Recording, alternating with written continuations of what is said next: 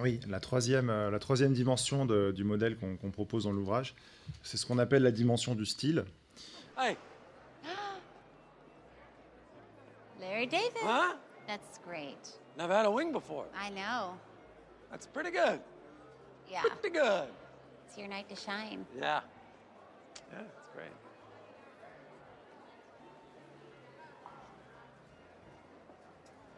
What is that? Wing donated by Anonymous. Yeah. Anonymous? Yeah. I'm not crazy about that. Now it just looks like I did mine for the credit. As opposed to, Mr. Wonderful Anonymous. I know who it is. It's Ted. Ted is anonymous. What are you kidding? No. Isn't that great? He donated the whole wing. Didn't want anybody to know. Well, he told you, so he apparently wanted somebody to know. He told me, okay? Who else did he tell? How do you know he just told you? No. The point is that he didn't need all the fanfare and didn't need a... Fanfare? What fanfare? I don't like the fanfare. Are you saying I like fanfare? You can tell a few people. He just doesn't need the whole world to know that he donated all this money. You know what? I didn't need the world to know either. Nobody told me that I could be anonymous and tell people. I would have taken that option, okay? You can't have it halfway. You're either anonymous or you're not. What is it? Look, people are pointing out and go, there's Larry David. Oh, yeah, there's Larry David, the guy who has to have his name up on the wall, as opposed to Mr. Anonymous, but was really Ted.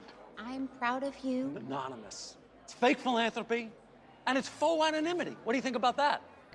Il y a un dilemme qu'on retrouve assez souvent en matière de philanthropie, et je sais qu'à la Fondation Caritas, on a eu des échanges avec Jean-Marie sur ce sujet, c'est la question du niveau de visibilité souhaité par le donateur ou le philanthrope.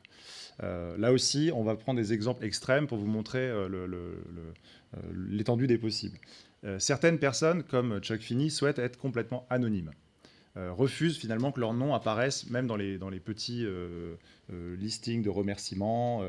Je crois que dans les grands ou très grands dons qui sont effectués à des musées ou des universités, c'est à peu près 5% des dons qui sont totalement anonymes, où les personnes en fait refusent d'être associées publiquement à leur générosité. Alors, il peut y avoir beaucoup de raisons. Il peut y avoir des raisons spirituelles, des raisons qui sont liées par exemple à des enseignements religieux. On sait que dans le christianisme ou dans le judaïsme, le don anonyme est celui qui est le plus valorisé finalement, et le fait de claironner sa générosité dans l'espace public est mal vu finalement, est mal considéré.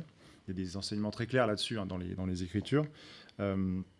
Finalement, c'est aussi une manière pragmatique pour certains de se protéger, c'est-à-dire le fait d'être discret, c'est aussi ne pas donner son nom, ne pas exposer sa famille, par exemple, quand on a affaire à des personnes qui ont une certaine fortune, et c'est une façon de ne pas être sursollicité aussi. Il peut aussi y avoir des personnes qui souhaitent être à l'écart pour mettre la lumière sur la cause ou l'organisation et pas sur elles-mêmes. Donc des motifs très légitimes et qu'on peut entendre, mais vous avez des personnes qui font le choix inverse. Vous connaissez tous nos amis Bill Gates et Warren Buffett, Bill et Melinda Gates, rejoints par Warren Buffett dans le Giving Pledge, cet appel en 2010 à donner au moins 50% de sa fortune aux personnes les plus riches de la planète.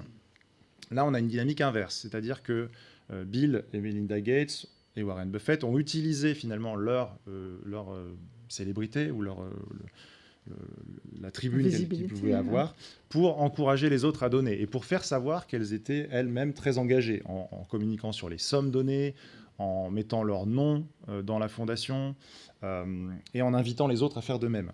Et on peut aussi voir des vertus à cette approche, puisque ça permet de faire connaître le don, la générosité, ça permet d'inciter des pairs, des personnes comme ceux qui font l'appel à s'engager.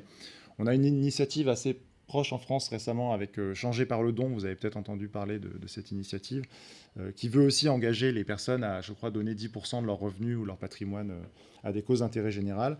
On a aussi contrairement à une tradition de philanthropie assez discrète en France, qu'on a aussi observé dans notre livre précédent, on a peut-être certains philanthropes qui sont plus visibles. On peut penser à Alexandre Mars, qu'on voit beaucoup dans les médias et qui, en fait, utilise lui aussi sa visibilité pour finalement avoir un plus grand impact. En tout cas, c'est ce qu'il souhaite. On peut critiquer cette approche, on peut aussi avoir des réserves sur cette approche, mais ce qui est intéressant, c'est que c'est un peu l'exact opposé de la question de l'anonymat. Et pour décider en fait ce qu'on doit faire, je vais reprendre un peu l'argument d'Anne-Claire sur le point précédent. En fait, ça dépend aussi des besoins de la cause et des bénéficiaires, des personnes avec qui vous travaillez. C'est intéressant d'avoir des conversations en fait franches et honnêtes avec les organisations soutenues par les philanthropes. Certaines organisations ont peut-être besoin d'ambassadeurs, de personnes engagées qui vont parler de la structure, se mettre en avant au service de la cause. Certaines associations vont préférer avoir des donateurs discrets pour les laisser faire les experts de terrain. Je pense aux grandes ONG humanitaires. Vous pensez à Médecins sans frontières, par exemple. On imaginerait mal un ambassadeur de Médecins sans frontières. On parlait du style. C'est à la fois le degré de visibilité, mais le niveau d'engagement. On imaginerait mal quelqu'un aller sur le terrain,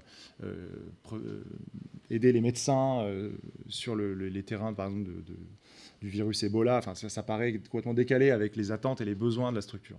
Et ce qu'on propose dans le livre, c'est d'avoir une réflexion sur à la fois ses propres préférences.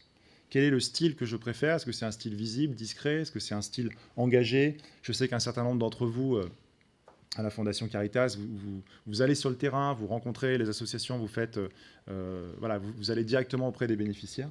Et il y a des personnes qui souhaitent être complètement en retrait et laisser les acteurs de terrain se débrouiller. Ayez une conversation avec vos bénéficiaires et en fonction de la cause, plus ou moins de visibilité, plus ou moins d'engagement peut être nécessaire.